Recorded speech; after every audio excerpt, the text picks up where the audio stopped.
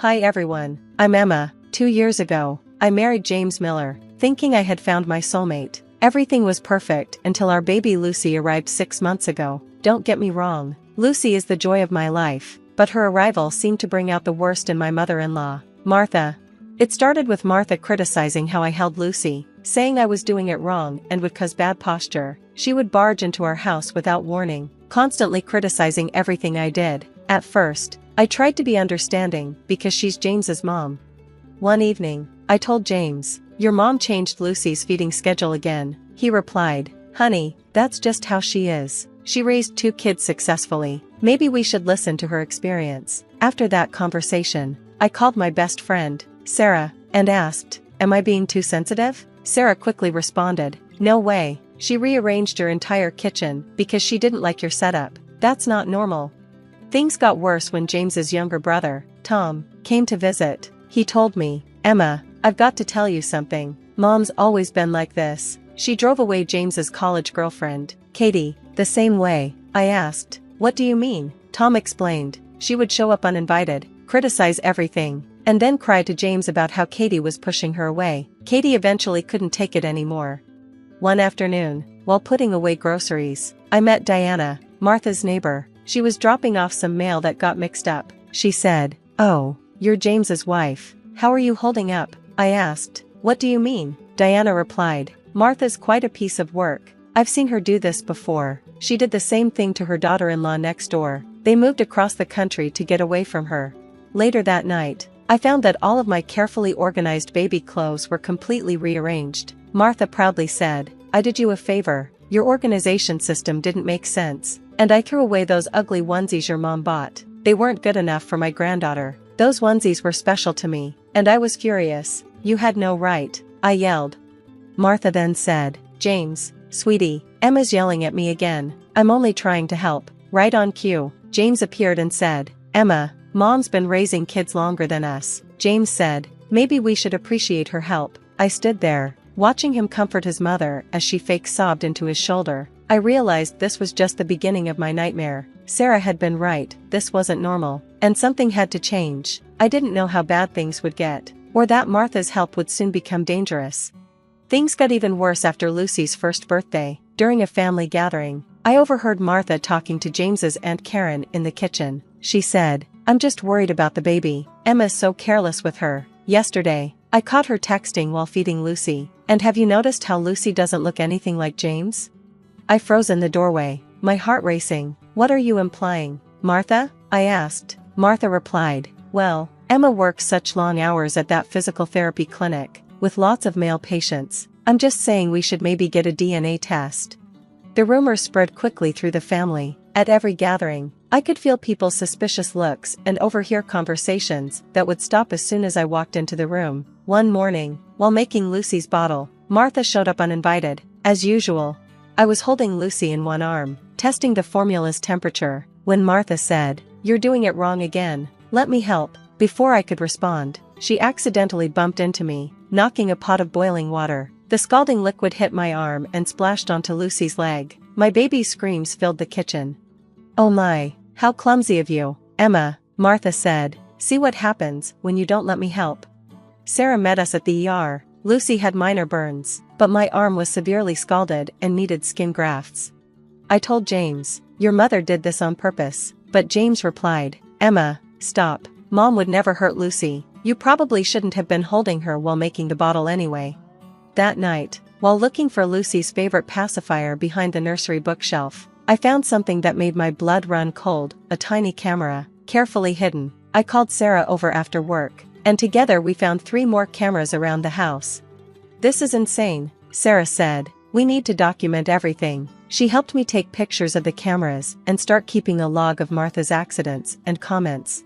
Tom stopped by after hearing about the burn incident. "Emma, there's something you need to know about Katie, James's ex. The real reason she left. Mom did more than just criticize her. She started spreading rumors that Katie was unstable and planted things in their apartment to make James doubt her." "Why didn't you tell me this before?" I asked. Tom replied, "I tried to warn James, but he never believes anything bad about Mom. Katie had a breakdown and moved across the country. She wasn't the first, either. There was another girlfriend before her, Rachel. same pattern.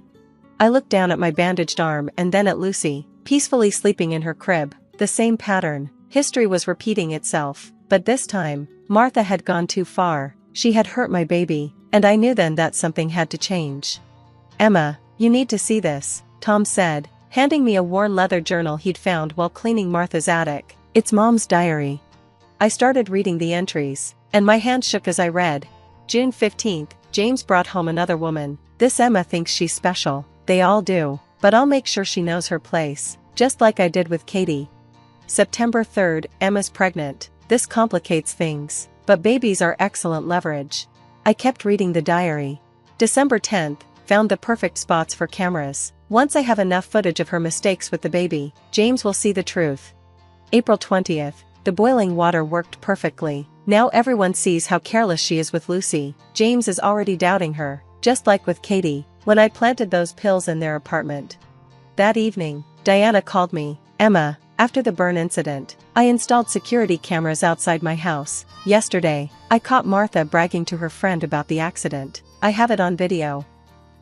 I showed James the diary and Diana's footage. "Look at this, your mother admitted to hurting us." James replied, "This is ridiculous. Mom would never do that. You're just trying to turn me against her. Maybe she's right, you're becoming unstable." The next day, I filed a police report about the burns and the harassment. Within hours, Martha was at our door, crying hysterically. "James, Emma's gone completely mad. She's making up lies about me. Remember how I told you she's been acting strange, taking Lucy at odd hours, being secretive? I think she needs psychiatric help." I calmly said, "Get out of my house." James stepped between us, facing me. "Emma, maybe Mom's right. You haven't been yourself lately. Maybe you should talk to someone." That night, I packed our essentials while James was with his mother. Sarah helped me load Lucy and our things into her car. "You can stay with me as long as you need," she said, hugging me. My phone buzzed with a message from James. "Mom showed me more evidence of your erratic behavior. I can't let you endanger Lucy. My lawyer will contact you." I looked at my sleeping daughter in the rearview mirror as we drove away. The woman who tried to destroy us had finally shown her true face, and so had my husband. But this wasn't over, not by a long shot. The courtroom fell silent as Tom took the stand. "Your Honor." Tom took the stand and said, "I witnessed my mother's systematic abuse. Here are copies of text messages where she planned to install hidden cameras in Emma's house. She told me these cameras would prove Emma was an unfit mother." Then Diana testified, showing the security footage. In the video, you could clearly hear Martha bragging about causing the burns on Lucy. My lawyer presented Martha's diary. The judge's face darkened as she read the entries. "The court recognizes a witness," the judge said, as Katie, James's ex-fiancée, walked in. Katie said, "Martha Miller destroyed my life, too. She planted evidence to make James think I was cheating, and secretly medicated my food to make me seem unstable." Two more women, Rachel and Lisa, came forward, each sharing stories of Martha's manipulation and James's refusal to believe them. "These are lies," Martha screamed, lunging forward. "James, tell them," but James just sat there, finally seeing the truth. As his mother was restrained by court officers, the judge gave her verdict. "Mrs. Miller, you face criminal charges for assault and harassment. Mr. Miller, your continuous enabling of abuse makes you unfit for custody." After the hearing, James came to me and said, "I should have believed you." I replied, "Save it, we're done."